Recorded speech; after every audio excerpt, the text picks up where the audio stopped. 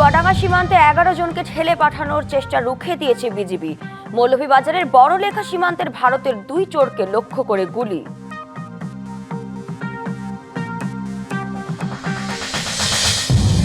Push in নিয়ে বাংলাদেশ ভারত নতুন টানাপোড়েন, সংসদে আলোচনার পাশাপাশি সর্বদলীয় ঐকমত্য গড়ে তোলার তাগিদ।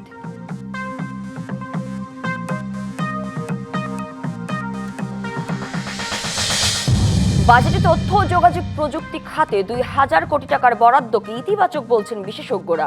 বাস্তবায়িত হলে বাড়বে বিনিয়োগ ও কর্মসংস্থান।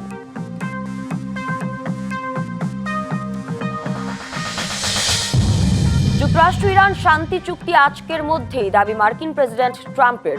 সময়সীমা নিয়ে তেহরানের বক্তব্যে ধোঁয়াশা।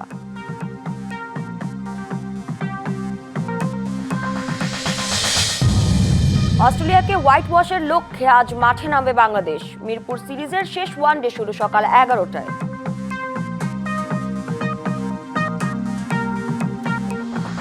চুয়াডাঙ্গায় সীমান্তে 11 জনকে পুশিনের চেষ্টা ব্যর্থ করে দিয়েছে বিজিবি ও এলাকাবাসী। রবিবার ভোরে সীমান্তে এই ঘটনা ঘটে। বিজিবি ও গ্রামবাসী জানায়, দামুড়হুদা উপজেলার দর্শনা জয়নগর চেকপোস্ট সীমান্ত দিয়ে 3 জন নারী শিশু সহ 11 জনকে বাংলাদেশে পুশিনের চেষ্টা করে। এ সময় দর্শনা চেকপোস্ট বিজিবি ক্যাম্পের টহলরত সদস্যরা গ্রামবাসীকে সাথে নিয়ে প্রতিরোধ গড়ে তোলে। তারা ভারত সীমান্তের কাঁটাতারের বেড়ার কাছে অবস্থান করছে। সীমান্তে অতিরিক্ত বিজিবি সদস্য মোতায়েন ও টহল জোরদার করা হয়েছে। শেষ খবর পাওয়া পর্যন্ত তারা এখনও সীমান্তে অবস্থান করছে। চুয়াডাঙ্গা 6 ব্যাটালিয়নের অধিনায়ক লেফটেন্যান্ট কর্নেল নাজমুল হাসান জানান, সীমান্তে অতিরিক্ত বিজিবি সদস্য মোতায়েন করা হয়েছে। এদিকে মৌলভীবাজারের বড়লেখা সীমান্তে বাংলাদেশের সীমান্তরক্ষী বিজিবির গুলিতে ভারতের এক চোরা কারবারি আহত হয়েছে। শনিবার রাত 10:30টার দিকে টহলের সময় 2 জন সন্দেহভাজন ভারতীয় চোরা কারবারিকে চ্যালেঞ্জ করে বিয়ানীবাজার ব্যাটালিয়নের সদস্যরা। এ সময় তারা ধারালো অস্ত্র নিয়ে বিজিবি সদস্যদের উপর আক্রমণের চেষ্টা করে। আত্মরক্ষার্থে বিজিবি সদস্যরা গুলি ছোড়েন। এতে একজন চোরা কারবারি আহত হয় এবং তার সহযোগীরা পালিয়ে যায়। ঘটনার পর সীমান্ত এলাকায় নিরাপত্তা জোরদার করা হয়েছে। চট্টগ্রামে জাতীয় দলের ক্রিকেটার নাঈম হাসানকে থানায় নিয়ে হেনস্থার অভিযোগে খুলশী থানার ভারপ্রাপ্ত কর্মকর্তা আরিফুল ইসলামকে প্রত্যাহার করা হয়েছে। রাত 12টার দিকে চট্টগ্রাম মেট্রোপলিটন পুলিশ কমিশনারের সই করা চিঠিতে তথ্য জানানো হয়। খুলশী থানায় নতুন ওসি হিসেবে নিয়োগ পেয়েছেন বাকলিয়া থানার ওসি মোহাম্মদ সোলাইমান। এর আগে শুক্রবার রাতে বিমানবন্দর থেকে অটোরিকশায় করে বাসায় ফেরার পথে হেনস্থার শিকার হন জাতীয় দলের ক্রিকেটার নাঈম হাসান। পরে খুলশী থানায় নিয়ে যাওয়া হয় নাঈমকে। সেখানে ওসি সহ অন্যরা মিলে আরেক দফা হেনস্থা করে তাকে। এ ঘটনায় 3 সদস্যের তদন্ত কমিটি করে সিএমপি। প্রত্যাহার করা হয় এসআই শফিকুল ইসলাম ভুইয়া ও কনস্টেবল রাসেল চৌধুরীকে।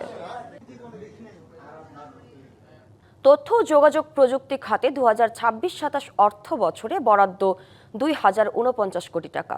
নানা পরিকল্পনা বাস্তবায়নের মাধ্যমে একটি উদ্ভাবন নির্ভর, প্রযুক্তি সমৃদ্ধ ও আত্মনির্ভরশীল রাষ্ট্র গড়ে তুলতে চায় সরকার। এই বরাদ্দকে ইতিবাচকভাবেই দেখছেন বিশেষজ্ঞরা। তারা বলেছেন, সরকারের পরিকল্পনা বাস্তবায়ন হলে তথ্য প্রযুক্তিতে এগিয়ে যাবে দেশ, বাড়বে বিনিয়োগ ও কর্মসংস্থান। অত্যাধুনিক নানা উদ্ভাবনের মধ্যেই বিশ্বজুড়ে গেল কয়েক বছর চলছে এআই এর জোয়ার। প্রযুক্তি খাত দাপিয়ে বেড়াচ্ছে নতুন নতুন নানা মাধ্যম। দিন দিন বিশ্ব যেন ছাড়িয়ে যাচ্ছে সবকিছুকেই, কল্পনাকে মুহূর্তেই দিচ্ছে বাস্তবে রূপ। সাগরের গভীর থেকে শুরু করে মহাকাশের রহস্য উদ্ঘাটনেও নির্ভর করতে হচ্ছে তথ্য ও যোগাযোগ প্রযুক্তির উপর। বিশ্বের সাথে তাল মিলিয়ে বাংলাদেশও তথ্য ও যোগাযোগ প্রযুক্তিতে এগিয়ে যাওয়ার চেষ্টা করছে। এরই মধ্যে স্টার্টআপে উল্লেখযোগ্য সাড়া ফেলছে বাংলাদেশ। তৈরি হচ্ছে নতুন উদ্যোক্তা, বাড়ছে ফ্রিল্যান্সিংও। তথ্য ও যোগাযোগ প্রযুক্তির বহু বিষয় গুরুত্ব পাচ্ছে শিক্ষা আর কর্মসংস্থানে। এই অবস্থায় সরকার এ খাতকে আরও এগিয়ে নিতে চায়। এ লক্ষ্যে এবার এ খাতে 2049 কোটি টাকা বরাদ্দ দিয়েছে সরকার। বর্তমানে দেশের জিডিপিতে এ খাতের অবদান মাত্র 1 থেকে 2%। যথাযথ পরিকল্পনা গ্রহণ ও বাস্তবায়নের মাধ্যমে আগামী 5 বছরে তা 10% উন্নীত করার লক্ষ্য নির্ধারণ করা হয়েছে।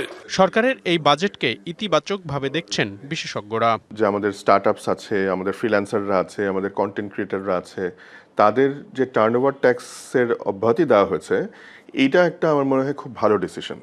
তার কারণ হচ্ছে যে স্টার্ট আপ আমাদের বাংলাদেশে ইকোসিস্টেম এটা এখনো সেভাবে তৈরি হয়নি। এই কালচারটাই শুরু হয়েছে গত 7-8 বছর, 8-10 বছরের বেশি না। তো এর ফলে যেটা হবে যে আমাদের যে ফর্মাল এক্সপোর্টটা এটা আসলে মানে বাড়বে। এইটা একটা বড় জিনিস হয়েছে। এর ফলে আমাদের মানে বৈদেশিক মুদ্রার অর্জনও বাড়বে। বিশেষজ্ঞরা বলছেন সরকারের উদ্যোগে দেশে এই খাতে বাড়বে বিনিয়োগ ও কর্মসংস্থান। যেই ধরনের পদক্ষেপগুলো নেওয়া হচ্ছে বা ঘোষণা দেওয়া হলো, এর ফলে ইনভেস্টমেন্ট আসবে, দেশি ইনভেস্টমেন্ট আসবে, বিদেশি ইনভেস্টমেন্ট আসবে। দেশি এই ধরনের ইনভেস্টমেন্ট আসলেই কিন্তু আমাদের কাজের পরিধি বৃদ্ধি পাবে এবং তার ফলে কর্মসংস্থান তৈরি হবে। বাজেটটা নতুন কর্মসংস্থানের জন্য একটা খুব সহায়ক একটা বাজেট। তথ্য ও যোগাযোগ প্রযুক্তি খাতে বৈশ্বিক প্রতিযোগিতায় টিকতে নতুন নতুন উদ্ভাবন এবং প্রযুক্তিতে দক্ষতা অর্জনের বিকল্প নেই বলেও মত বিশেষজ্ঞদের। মনিরুল সোহাগ, ডিবিসি নিউজ, ঢাকা। ট্রিলিয়ন ডলারের অর্থনীতিকে সামনে রেখে ঘোষিত বাজেটকে শিল্প ও ব্যবসা বান্ধব বাজেট বলছেন চট্টগ্রামের ব্যবসায়ী নেতারা। বাজেটে সাধারণ মানুষ ও ব্যবসায়ীদের প্রত্যাশার প্রতিফলন ঘটেছে উল্লেখ করে অর্থ ছাড়, আমলাতান্ত্রিক জটিলতা ও দীর্ঘসূত্রিতা দূর করার তাগিদ ব্যবসায়ীদের। প্রস্তাবিত বাজেটে চট্টগ্রামকে কতটুকু গুরুত্ব দেওয়া হয়েছে তা নিয়েও চলছে বিশ্লেষণ।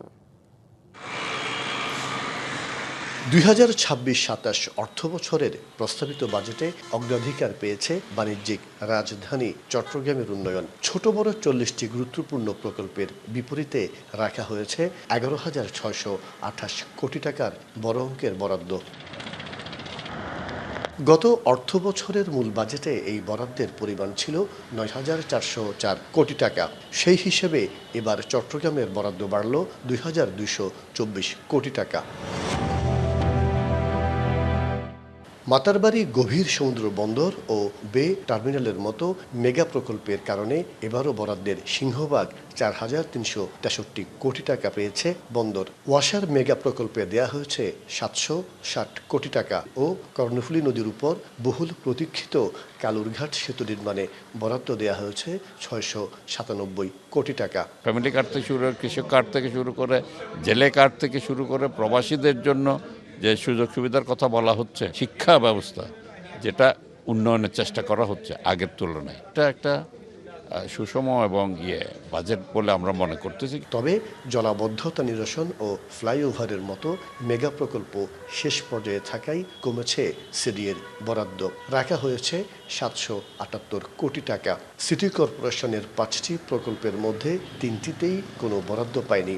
গত বছরে 700 কোটি টাকা দেয়া হলেও এবারের পরিমাণ মাত্র 380 কোটি টাকা। পরিবর্তিত পরিস্থিতিতে 17 বছরের যে জঞ্জাল বাংলাদেশের উপর দিয়ে গিয়েছিল, সে তার পরবর্তীতে মানুষের যে আকাঙ্ক্ষা এই বর্তমান সরকারকে নিয়ে, বাজেটকে নিয়ে, সেটা পরিপূর্ণভাবে বাস্তবায়িত হলে আমরা আশা করি।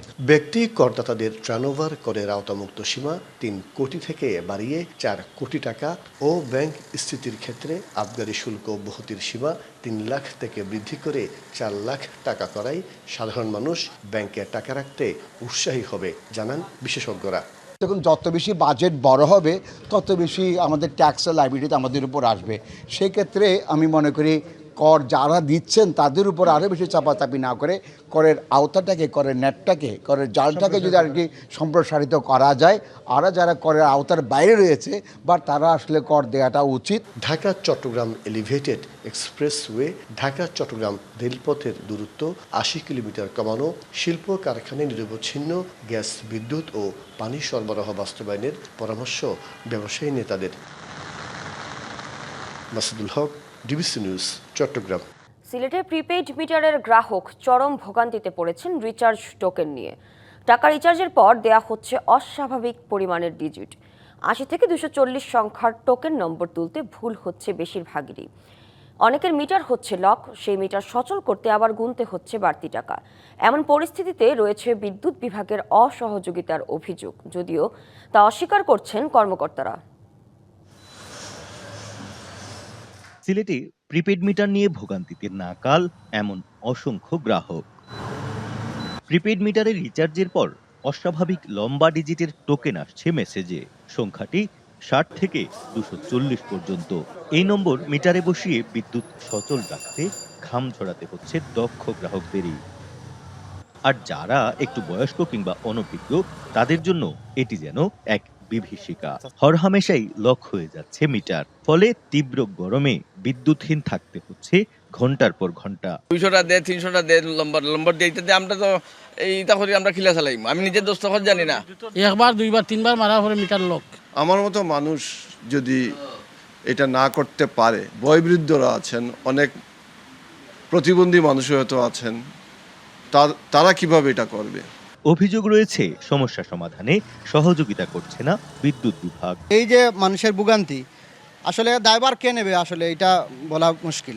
তারা কইছে 20টা করে মাইরা ঢুকাইবেন, তাই আমি সব সিরিয়ালগুলো আমি ঢুকাই আইছি, পরে কার্ড আয় নাই। যদিও বিদ্যুৎ উন্নয়ন বোর্ড বলছে বিদ্যুতের মূল্যহার পরিবর্তন হয় আবাসিক প্রিপেড মিটারে 6টি ধাপে বিল হিসাব হয় এবং প্রতিটি ধাপের ইউনিট মূল্য নতুনভাবে নির্ধারিত হয়েছে। মিটারে এই আপডেট কার্যকর করতে সাধারণ রিচার্জ টোকেনের পাশাপাশি একটি অতিরিক্ত টোকেন পাঠানো হচ্ছে। তবে গ্রাহকদের স্বার্থ অনুযায়ী সাহায্য করা হচ্ছে বলে দাবি তাদের। আবাসিকে বলে যে স্টেপ টেরিফ আছে আমাদের, মানে লাইফলাইন গ্রাহক আছে, ফার্স্ট স্টেপ আছে, যাদের মানে ব্যবহার কম তাদের রেটটা কম, যাদের ব্যবহার বেশি তাদের রেটটা বেশি। স্টেপের জন্য যে রেটটা চেঞ্জ হবে এই লজিকটা ওই আমাদের যে টোকেন কোড আছে এটার মাধ্যমে মিটারে দেওয়া হয়। আমাদের কাছে যারা আসতেছে রিস্ক করতেছে সবাইকে আমরা সহযোগিতা করতেছি যতটুকু সম্ভব। প্রিপেড মিটার রিচার্জে টোকেন ভোগান্তি নিরসনে সরকার বিকল্প চিন্তা করবে, এমন দাবি ভুক্তভোগীদের। Pratyush Talukdar, DBC news, Sylhet. প্রাকৃতিক গ্যাস নেই, তাই গড়ে ওঠেনি ভারী শিল্প। বিদ্যুৎ আর জ্বালানি তেলের ওপর নির্ভরশীল রংপুরের ক্ষুদ্র ও মাঝারি শিল্প, সেখানেও পড়েছে অশুভ ছায়া। বেড়েছে জ্বালানি তেলের দাম, এরপর বৃদ্ধি পেয়েছে বিদ্যুতের দামও। তাই চ্যালেঞ্জের মুখে আঞ্চলিক অর্থনীতি।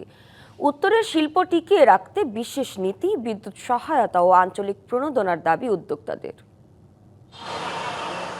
জ্বালানির মূল্যবৃদ্ধির অভিঘাতের মধ্যেই বিদ্যুতের দাম বাড়িয়েছে সরকার। গ্রাহক পর্যায়ে ইউনিট প্রতি নতুন দাম 10 টাকা 63 পয়সা এবং ক্ষুদ্র শিল্পে 12 টাকা 73 পয়সা। বিদ্যুতের এই দাম বৃদ্ধি উদ্বেগ ছড়িয়েছে উত্তরের গ্যাস সুবিধা বঞ্চিত প্রায় 1,500 ক্ষুদ্র ও মাঝারি শিল্প উদ্যোক্তাদের মাঝে। কাঁচামালের দামের লাগামহীন ঊর্ধ্বগতি, উচ্চ সুধার ও মূল্যস্ফীতির প্রভাবে আগে থেকেই যারা ছিলেন চাপে। নতুন করে বিদ্যুতের বাড়তি ব্যয় শিল্পের টিকে থাকাকেই এখন ফেলেছে চ্যালেঞ্জের মুখে। মূল্যবৃদ্ধিটা আসলে ক্ষুদ্র এবং মাঝারি ব্যবসায়ীদের ক্ষেত্রে একটা হুমকির কারণ হতে পারে। দুই একটা ছোটখাটো প্রতিষ্ঠান করছি, এখন এই বিদ্যুতের কারণে আমরা এটার চালাই নেওয়া সম্ভব কোনোভাবেই হবে না। ক্ষুদ্র কুটির ব্যবসাগুলো যে আমরা করি, আমাদের পক্ষে এই ব্যবসাটা চালানো অসম্ভব হয়ে পড়বে। এরা চালাইতে পারবে না আগামীতে। আবার উত্তর অঞ্চল কিন্তু মঙ্গার দিকে ধাবিত হবে। ব্যবসায়ী নেতারা বলছেন, টেকসই প্রতিযোগিতার বাজারে টিকতে হলে সময় উপযোগী আঞ্চলিক শিল্পনীতি এখন জরুরি। বিদ্যুতের দাম বৃদ্ধি করা হয়েছে এবং বিগত 2 মাসে প্রায় 2 বার আবার জ্বালানির তেলের যে মূল্য বৃদ্ধি হয়েছে। ক্ষুদ্র ও মাঝারি শিল্পগুলোকে টিকিয়ে রাখতে গেলে অনেক চ্যালেঞ্জের সম্মুখীন হতে হবে। আলাদাভাবে যদি কোনো শিল্পনীতির মাধ্যমে নিয়ে আসে এবং গ্যাসের মূল্য, জ্বালানি তেলের মূল্য এবং বিদ্যুতের মূল্য সহনীয় পর্যায়ে নিয়ে আসবার জন্য আমি বিশেষভাবে আহ্বান করি। অর্থনীতিবিদরাও বলছেন, অঞ্চলভিত্তিক বৈষম্য কমাতে এবং শিল্পকে সচল রাখতে সরকারের বিশেষ উদ্যোগ প্রয়োজন। এই অঞ্চলের কর্মজীবী মানুষদের কথা চিন্তা করে কোনো বিশেষ প্রকল্প চালু করতে পারে, প্রণোদনা দিতে পারেন, কিংবা ভর্তুকি দিয়ে হলেও যেন শিল্প প্রতিষ্ঠানগুলো টিকিয়ে যায়, তারা যেন উৎপাদন চালিয়ে যেতে পারে, এজন্য সরকারকে বিশেষ দৃষ্টি দেওয়া প্রয়োজন বলে আমি মনে করি। দেশের জিডিপিতে ক্ষুদ্র ও মাঝারি শিল্পের অবদান প্রায় 86%। এই ধারাকে শক্তিশালী করে ক্ষুদ্র ও মাঝারি শিল্পের প্রসারে উত্তরাঞ্চলে প্রাকৃতিক গ্যাসের আওতায় আনা, বিদ্যুৎ সহায়তা বাড়ানো এবং রংপুরের জন্য আলাদা শিল্পনীতি করার তাগিদ দিয়েছেন উদ্যোক্তারা। মাজিদ মাসুদ, ডিবিসি নিউজ, রংপুর। আলুর পর এবার বোরো ধান চাষ করেও লোকসানে জয়পুরহাটের কৃষক। শ্রমিক সংকট সহ অন্যান্য ব্যয় বেড়ে যাওয়ায় উঠছে না উৎপাদন খরচও। লোকসান ঠেকাতে খাদ্য গুদামে সরাসরি কৃষকের ধান ক্রয়ের আহ্বান কৃষি বিভাগের। জয়পুরহাটের বিভিন্ন হাট বাজারে মোটা জাতের ধান বিক্রি হচ্ছে 1000 থেকে 1050 টাকা মন, আর চিকুন জাতের ধান বিক্রি হচ্ছে 1200 থেকে 1300 টাকায়। জ্বালানি তেলের দাম বেশি হওয়ায় বেড়েছে সেচ ও মাড়াই খরচ, আর শ্রমিক সংকটে মজুরি খরচও বেড়েছে দ্বিগুণ। দাম বেশি সার কীটনাশকেরও। এতে গেল বছরের তুলনায় এবার বোরো চাষে বিঘা প্রতি উৎপাদন খরচ বেড়েছে 5,000 টাকারও বেশি। ফলে ধান বিক্রি করে উঠছে না উৎপাদন খরচ। মজুরের দাম বেশি, ধানের দাম কম পাচ্ছি, সারের দাম বেশি, কীটনাশকের এগুলার দাম বেশি, এই কারণে আমাদের পড়তে হচ্ছে না। সরকার যে রেট বেঁধে দেয় সেই রেটে তো আমরা বিক্রি করতে পারছি না দেখেই আমরা এখন অনেক লসে আছি। সব জিনিসের দাম বেশির জন্য আমাদের খরচ হয়ে গেছে বেশি। সরকার যদি আমাদেরকে না দেখে, সিন্ডিকেট যদি ভাঙতে না পারে, আমরা চাষাবাদ করবো কিভাবে? লোকসান ঠেকাতে সরকার নির্ধারিত দামে কৃষকদের কাছ থেকে সরাসরি ধান সংগ্রহের আহ্বান কৃষি সম্প্রসারণ অধিদপ্তরের। দাম তারা ঠিকমতো পাচ্ছে না। আমরা কৃষক ভাইদেরকে পরামর্শ দিচ্ছি যে তারা যেন ধানটা তুলেই সাদাতে বিক্রি করে না দেয়, তারা একটু ধানটা শুকায় যাতে স্টোর করে বা সংরক্ষণ করে রাখে। ভবিষ্যতে যখন সরকারি গুদামে ধান ক্রয় করা শুরু হবে তখন তারা সেখানে ধান দিলে প্রতি মণ প্রায় 1440 টাকা করে তারা একটা ভালো দাম পাবে। জেলায় এবার ৬৯,৬৮৫ হেক্টর জমিতে বোরো ধান চাষ হয়েছে, যা থেকে ৩,৯৭,২০৪ মেট্রিক টন ধান উৎপাদনের আশা করছে কৃষি বিভাগ। DBC news desk.